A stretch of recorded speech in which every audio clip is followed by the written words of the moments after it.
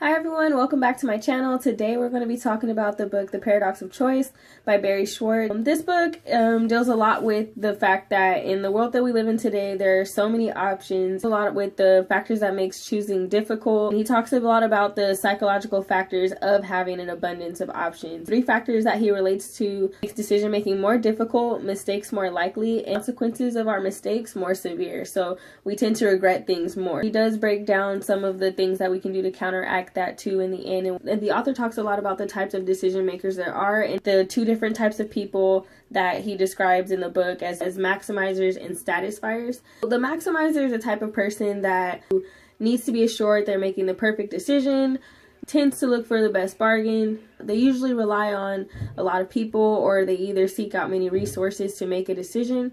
The second type of person that the author talks about throughout the book is a satisfier. And the satisfier is somebody who has a criteria, and when they find something that meets that criteria, they kind of stop searching there. So the satisfier actively thinks about the possibilities before making a decision.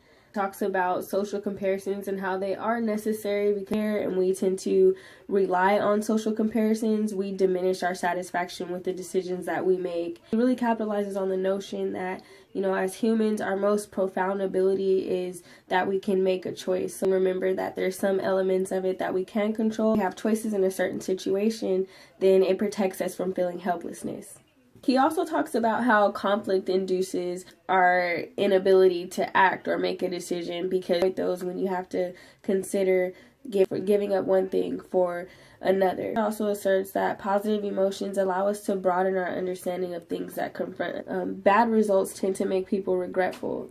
When we think of regret, we usually think about it in a negative light. However, while regret is an important consequence of decisions made, it also can be very detrimental in itself as well. However, when we focus so much on our responsibility in that regret, in this section of the book, the author suggests that regret and responsibility go hand in hand.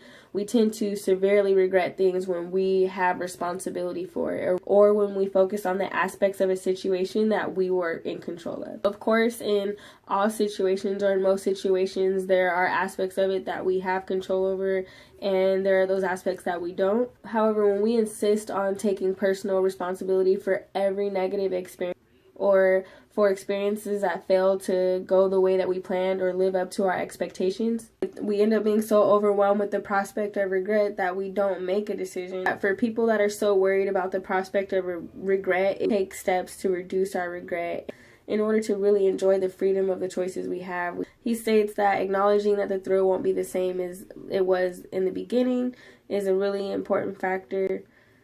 To remind yourself how amazing things are.